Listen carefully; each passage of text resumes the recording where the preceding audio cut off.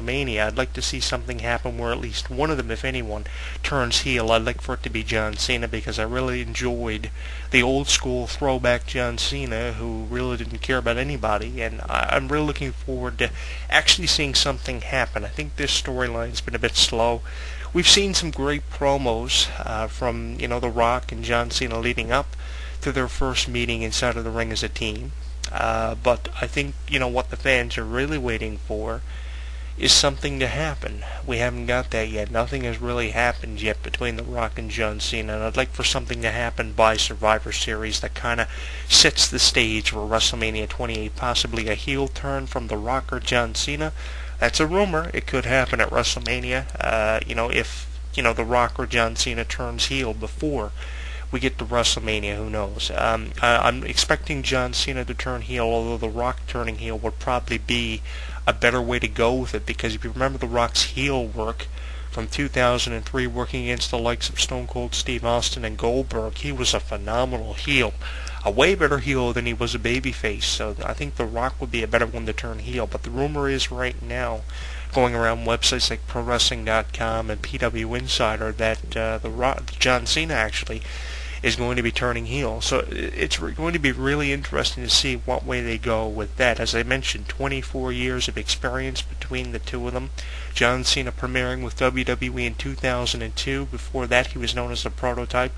In his 9th year, going on 10. And we have The Rock.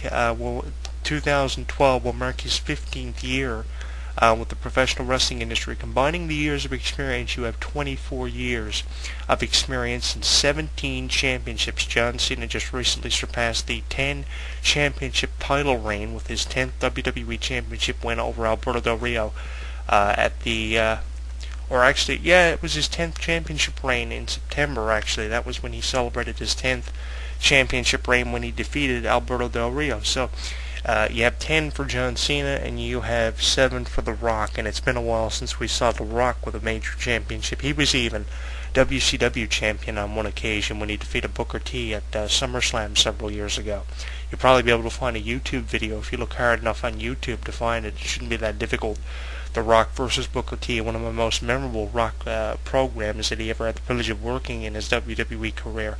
15 years between The Rock, and then you have 10 for John Cena. Combining it, you have about 24, 25 years of experience for both wrestlers. John Cena debuting in 2002, The Rock coming in 1996. A lot of the wrestlers believe that it's not 1999 anymore, and they should be in the main event of WrestleMania, and The Rock should kind of take a back seat and buy a ticket to WrestleMania. Maybe that is true in the eyes of many people, probably some of the fans. Maybe CM Punk should be the one main eventing WrestleMania against someone like John Cena. John Cena was originally signed for 5 years of main eventing WrestleMania. He's surpassed that now.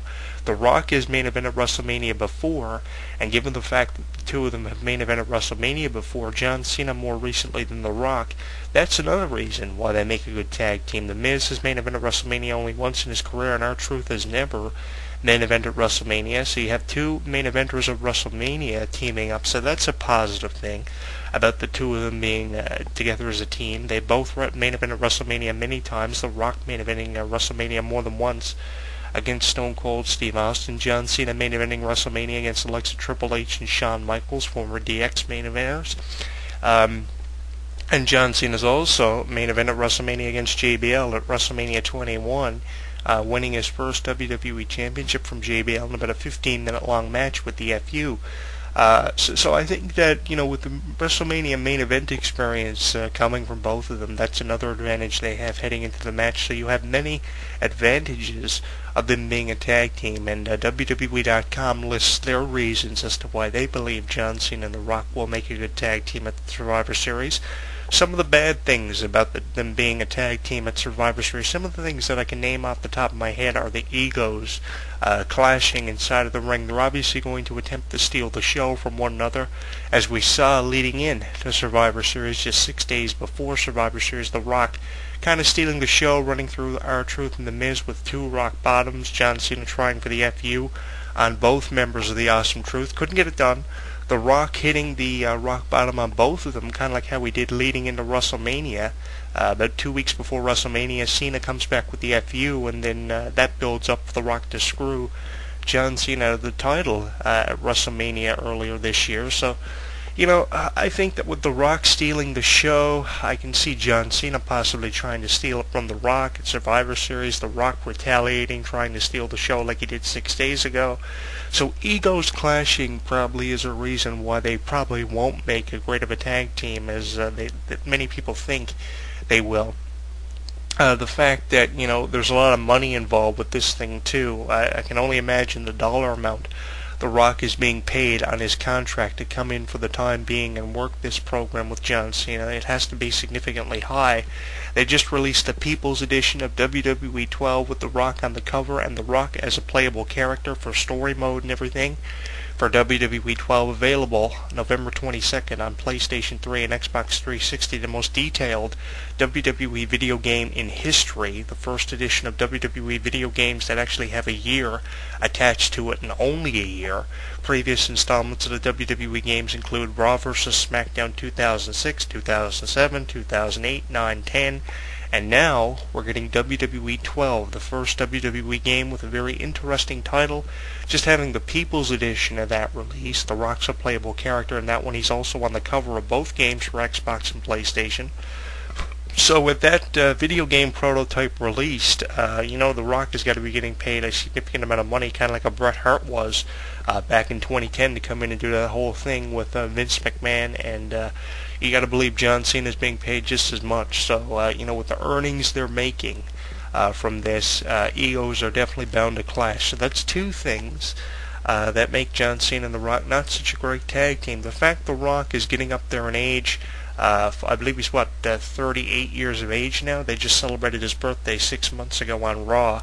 They had a number of different celebrities actually there and some pre-tape segments with a lot of celebrities. Pitbull was there, Ashanti was there. So I really think that we've seen so much from The Rock here recently, and just seeing some of his recent work, it seems like he hasn't missed a step, but it seems like his age is kind of creeping up on him, and it seems like he's starting to age, and it's becoming more noticeable that he's starting to age, and he's starting to move a little bit slower than he did probably back in 2004 at WrestleMania 20, when he actually had his final wrestling match for 7 years, when he teamed with Mick Foley to take on Evolution in a 2-3 handicap match where they actually were booked to lose against Evolution, putting over the younger talents in Ric Flair, who joined the three-man team to derail The Rock and Mick Foley on their amount of momentum they had leading in to WrestleMania.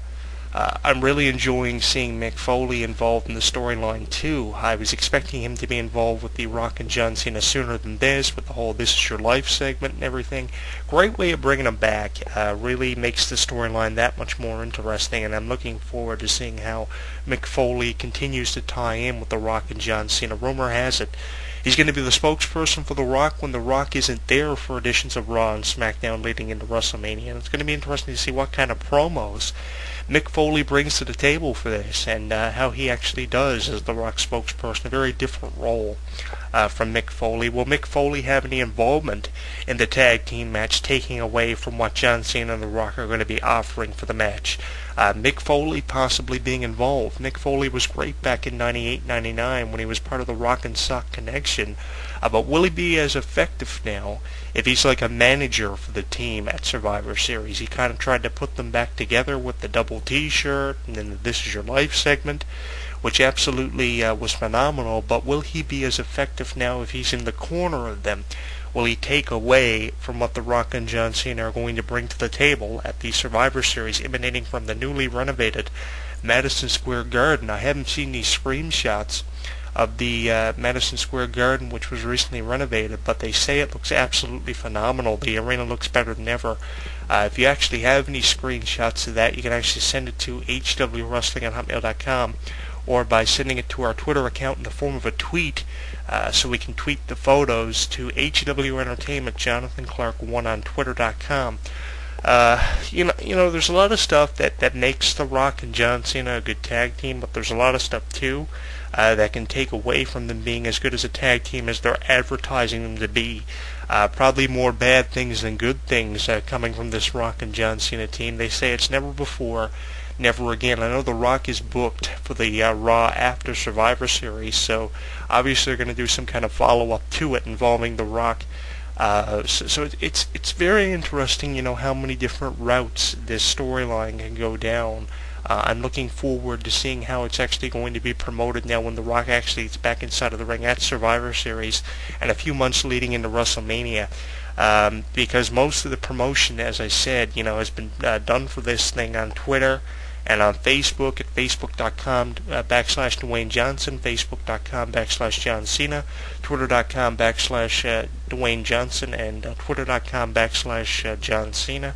A lot of the promotion's been left up to the internet, which is a bad thing too. So that kind of takes away from The Rock and John Cena being a good tag team and really delivering at the pay-per-view, because most of the promotion has been done through the internet because of The Rock not appearing on Raw as regular as John Cena. If The Rock was appearing more often on Raw and not promoting it as much as he is on Twitter and Facebook, they probably would be a better tag team. But with all the promotion that's been happening as of late on the internet and all the pre-taped promos The Rock's been doing, recently doing a pre-taped promo that we actually tweeted on our Twitter account at twitter.com HW Entertainment Jonathan Clarke 1, and for our YouTube video of the day here on our website, doing a promo that was pre-taped on the set of G.I. Joe because The Rock couldn't attend an edition of Raw which took place a few days after Halloween.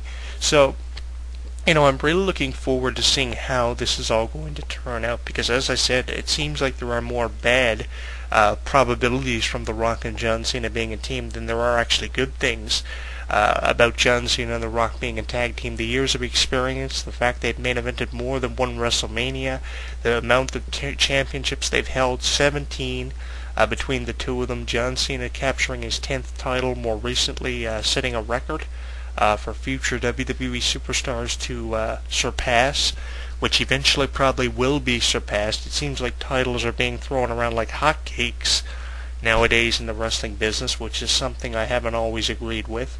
If the title is given to someone who deserves it, I agree with it, but when it's just thrown around like a prop, I really don't agree with it. Like when they turned the W upside down for The Miz and did the whole Rated R era with the Rated R Championship and the Spinner title, which is absolutely stupid. Rumor has it once the contract runs out with Mattel Toys, they're going to be getting rid of the Spinner Championship, which would be a positive thing for the WWE Championship belts, because that's an absolute insult to what the championship has meant to the business for the last probably 15, 20 years or more. I'd even go as far to say 50 years with that. Will they have something stupid like the Brahma Bull Championship coming back if The Rock wins the title at WrestleMania 28? That would be an insult to the championship, if anything, bringing back the Brahma Bull title. The only championship that wasn't looked at as being disrespectful to the business was the Smoking Skull belt worn by Steve Austin back in 1998, 1999 during the Attitude Era. I don't know why. Maybe it was because he was Stone Cold Steve Austin, who will probably have something to do with The Rock and John Cena leading into WrestleMania. So many legends could be involved with this story that haven't been involved yet. Nash could have some involvement with it if he's not doing a program by WrestleMania. WrestleMania would probably be the better place for Triple H and Kevin Nash to finish up their rivalry going on Raw right now, because Triple H isn't doing anything for WrestleMania, and if The Undertaker comes back for his final WrestleMania appearance and his WWE career comes to an end, he'll probably have a formidable opponent, probably better than Triple H.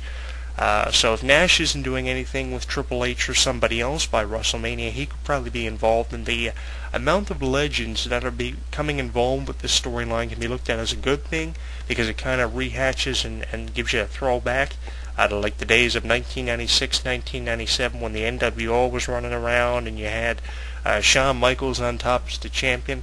So many good things can come from so many legends being involved, but so many bad things can arise from it too, because you can kind of get sick of seeing legend after legend showing up when they don't really need to be involved with the storyline.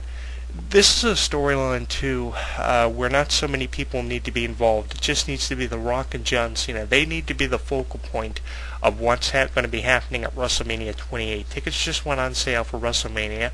They're sold